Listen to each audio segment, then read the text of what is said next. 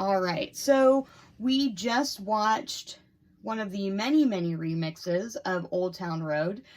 Hopefully you guys did actually take the time to watch the almost 3-minute video and jot down some words and phrases that sort of capture your description of the music and the lyrics, the individual artists, the video itself. And we're going to look at a review from the New York Times about this song specifically.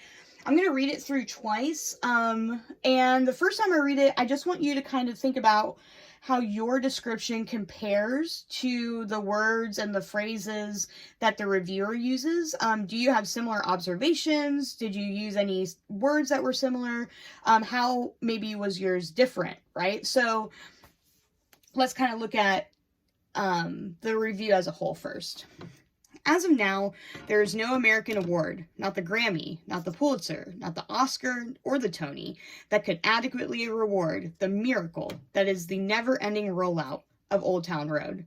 Each time it courts death, it pivots. This latest version is the one you'd ask for in a fantasy, but never think was possible.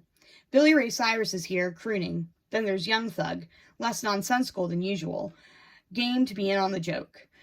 But the crowning moment is at the end, with the arrival of the viral yodeling preteen Mason Ramsey, who shows up to sing about his razor scooter, cows, and his giddy-up. It's the perfect twist ending to this internet-born and enabled saga. Meme. Recognize meme. So, first of all, this review it's a little bit tongue-in-cheek, meaning that it kind of understands that the sort of ongoing remixes of Old Town Road at the time, maybe are a little bit ridiculous, but it's kind of, at that time especially, kind of became part of a cultural moment. The first sentence actually sort of acknowledges that this is sort of a cultural moment. This is something that everyone's heard the song or heard of the song. Even if they were confused by the song, they've heard it. And it's funny because, there was some controversy surrounding the song. I think that it was like the Country Music Awards wouldn't consider it as a country song, and then there was a lot of discussion about that, and then Billy Ray Cyrus kind of got on board so that it would be considered a quote-unquote country song. So it's funny that it says there's no American award, and then he kind of lists all of the most prestigious American awards. I think he's being a little bit funny here, that can adequately reward the miracle. So the miracle being that the song got picked up, that the song not only got picked up, but was popularized, and then all of these remixes came out of it, and it was sort of a never-ending sort of, here's the song again, and then by the end of things, everyone knew it. It says, each time it courts death, it pivots. Meaning that, every time you think like the song is done, there's another remix on its way to kind of revitalize the song. So, we're going to talk about the latest version of the song that the author says is basically a fantasy lineup. And, you have all of these different players, very different, right? Young Thug and Billy Ray Cyrus and Mason Ramsey and Lil Nas, like all of these people are very different, both musically, right? And in terms of personality.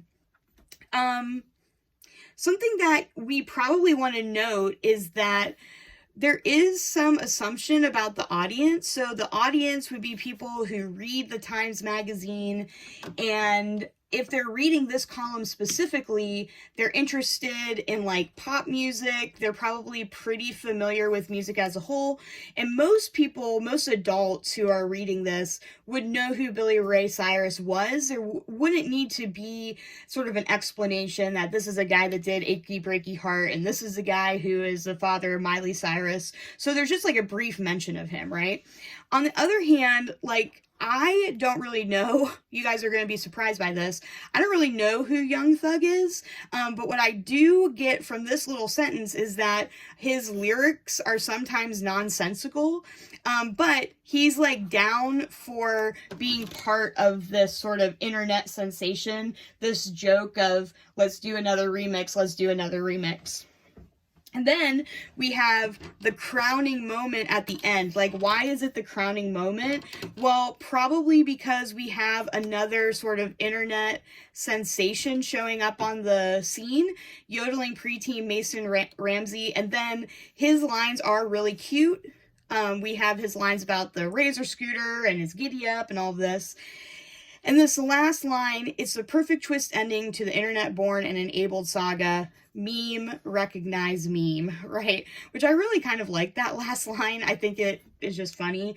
Now, even if someone had never heard Old Town Road or any of these artists, they can still kind of come away with an understanding of the song. They can understand that it is an internet sensation that has gone through many, many iterations, that this latest version is one where it kind of maybe ups the ante and has even more sort of internet fame involved in the production of it. And so we kind of can even get a little bit about each of the artists, even if we aren't familiar with them. So something I want you to just kind of look at is, you know, this is a very short paragraph. How is it organized, right?